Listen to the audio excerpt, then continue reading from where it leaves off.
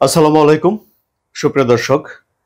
Saudi আরব সফরে গিয়ে মার্কিন প্রেসিডেন্ট ডোনাল্ড ট্রাম্প বলেছেন যে তার একটি স্বপ্ন আছে। কি সেই স্বপ্ন? তার স্বপ্ন হলো যে সৌদি আরব আব্রাহাম অ্যাকর্ডে সাইন করবে। আব্রাহাম অ্যাকর্ড কি?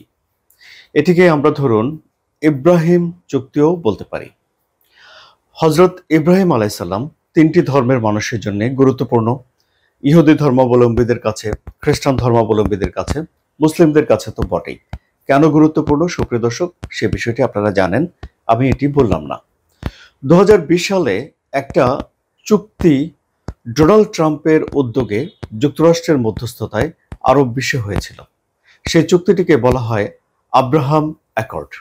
চুক্তির একদিকে ছিল ইসরায়েল এবং অপরদিকে সাইন করেছিল সংযুক্ত আরব আমিরাত এবং বাহরাইন। পরবর্তীতে এসে সেই চুক্তিতে সাইন করেছিল মরক্কো এবং সুদান। সেই যে চুক্তি, এই চুক্তি করা হয়েছিল ইসরায়েলের সঙ্গে আরব বিশ্বের অন্যান্য যে দেশগুলো রয়েছে সেই দেশগুলোর সম্পর্ক স্বাভাবিক করার জন্য। এবং ডোনাল্ড ট্রাম্পের এই যে উদ্যোগ, এই উদ্যোগের তিনি নাম দিয়েছিলেন আব্রাহাম অ্যাকর্ড, হজরত ইব্রাহিম আলাইহি ওয়াসাল্লামের নাম অনুযায়ী। সেই চুক্তিতে সৌদি আরব স্বাক্ষর করেনি। এখন ডোনাল্ড ট্রাম্প এই যে ইতিহাসের সবচেয়ে বড় অস্ত্র বিক্রির চুক্তিটি করেছেন সৌদি আরবে গিয়ে, সেখানে তিনি যেসব কথাবার্তা বলেছেন তার মধ্যে এই বিষয়টিও ছিল যে তিনি স্বপ্ন দেখেন সৌদি আরব এই আব্রাহাম অ্যাকর্ডে স্বাক্ষর করবে। সৌদি আরব কেন এই চুক্তিতে স্বাক্ষর করেনি সেটি আপনাদেরকে এখন বলি। সৌদি আরব মুসলিম জাহান এবং মুসলিম বিশ্বের জন্য একটা অত্যন্ত গুরুত্বপূর্ণ জায়গা। সেখানে দুটি পবিত্র শহর রয়েছে, মক্কা এবং মদিনা। মুসলিম জাহানের জন্য যার গুরুত্ব অপরিসীম এই দুই শহরের। সৌদি আরব মনে করে যে ফিলিস্তিন ইস্যুটির একটা সম্মানজনক সমাধান যদি না হয়, তাহলে সৌদি আরব ইসরায়েলের সঙ্গে সম্পর্ক স্বাভাবিক করার এই উদ্যোগ নিতে পারে না। কারণ সৌদি আরব মুসলিম বিশ্বের নেতৃত্ব দেয় এবং সৌদি আরবের জন্য পুরো বিশ্বের মুসলমানদের একটা অনুভূতির জায়গা সৌদি আরব, এটি আপনারা বলতে পারেন। সুতরাং এটি সৌদি আরবের জন্য একটা বিষয় যে ফিলিস্তিনের যে মুসলিম যারা রয়েছে তাদের যদি সম্মানজনক একটা পরিস্থিতি তৈরি না হয়, তাহলে ইসরায়েলের সঙ্গে সৌদি আরব সম্পর্ক স্বাভাবিক করতে পারে না। সৌদি আরবের সঙ্গে ইসরায়েলের কূটনৈতিক সম্পর্কও নেই। সৌদি আরব বলে যে প্যালেস্টাইন বা ফিলিস্তিনকে একটা স্বাধীন রাষ্ট্র করতে হবে এবং ইসরায়েলের যারা গিয়ে ফিলিস্তিনের জায়গা দখল করেছে বা ইসরায়েল যেই জায়গা অধিগ্রহণ করেছে সেখান থেকে যারা অধিগ্রহণ করেছে তাদেরকে ফিরে চলে আসতে হবে এবং একটা স্বাধীন দেশের মর্যাদা এই ফিলিস্তিনকে দিতে হবে। অর্থাৎ একটা দুই রাষ্ট্র সমাধানের যে বিষয়টি পশ্চিমেও আলোচিত হয় যে ইসরায়েল একটা রাষ্ট্র হবে, ফিলিস্তিন একটা রাষ্ট্র হবে, তাহলে এই দুই রাষ্ট্র সমাধান যদি হয় তারপরেও সৌদি আরব এটিকে মেনে নিতে পারে যে ফিলিস্তিন একটা স্বাধীন রাষ্ট্র হয়েছে। ফলে সৌদি আরব এই চুক্তি কখনোই সই করেনি। কিন্তু সৌদি আরব আবার যুক্তরাষ্ট্রের শক্তিশালী মিত্র।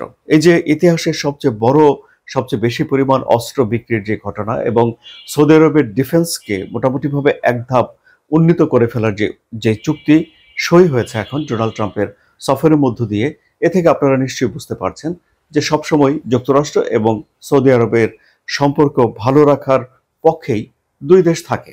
এখন তাৎক্ষণিকভাবে যখন এই আব্রাহাম অ্যাকর্ড সই হয়েছিল ওই দেশগুলোর মধ্যে বাহরাইন, সংযুক্ত আরব আমিরাত এবং ইসরায়েল, তখন এই চুক্তির ফলে এই দেশগুলোর ভেতরে দূতাবাস স্থাপন হয়েছিল, ব্যবসা বাণিজ্য চালু হয়েছিল, বিমান যোগাযোগ চালু হয়েছিল এবং তারা নিজেদের ভেতরে পর্যটন, নিরাপত্তা, স্বাস্থ্য, চিকিৎসা এসব বিষয়ে পরস্পরকে সহযোগিতা করেছে।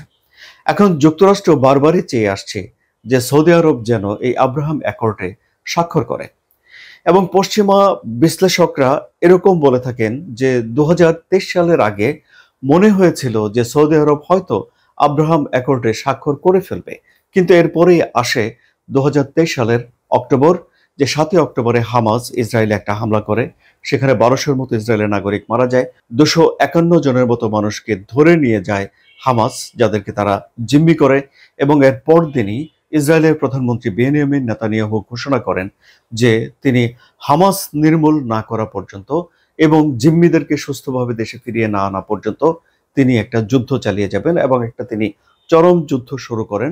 18 মাস ধরে এই যুদ্ধ চলতে থাকে এবং গাজাতে 52,000-এর মতো মানুষকে নির্বিচারে হত্যা করা হয়, যাদের মধ্যে বেশিরভাগই নারী এবং শিশু।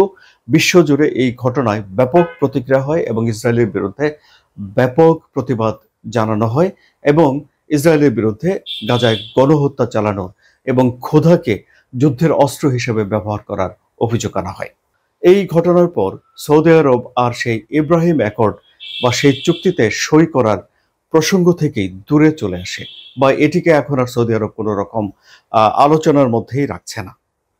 এখন ডোনাল্ড ট্রাম্প যে সফর করতে গেলেন, সেই সফরের মধ্যে তিনি কিন্তু প্রসঙ্গটি তুললেন এবং তিনি বললেন যে সৌদি আরব তার যখন সময় হবে তার সময় মতো যেন এই চুক্তি স্বাক্ষর করে।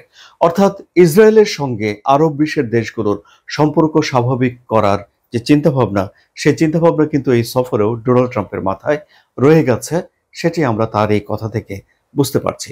অর্থাৎ যুক্তরাষ্ট্র আরব বিশ্বের সঙ্গে ইসরায়েলের সম্পর্ক স্বাভাবিক করার বিষয়টি মাথা থেকে দূরে সরায় না, এ কথাটাও বিশ্লেষকরা এখন বলছেন।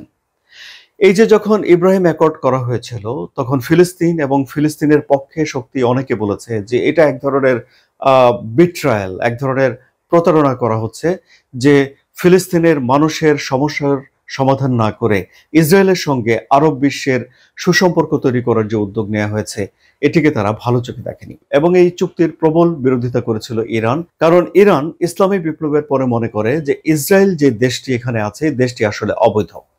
কিন্তু এর আগে যারা ইরানের শাসক ছিলেন, রাজা শাহ পাহলভি, তাদের সঙ্গে ইসরায়েল এবং যুক্তরাষ্ট্রের সম্পর্ক খুবই ভালো ছিল।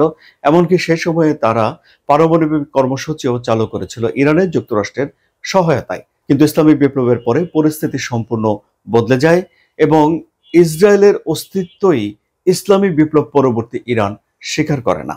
এই হলো পরিস্থিতি। সুপ্রিয় দর্শক, সব তো শুনলেন, আপনাদের কি মনে হচ্ছে ডোনাল্ড ট্রাম্পের এই সফর কি ইসরায়েলের সঙ্গে আরব বিশ্বের সম্পর্ক স্বাভাবিক করার কোনো রকম সম্ভাবনা তৈরি করবে?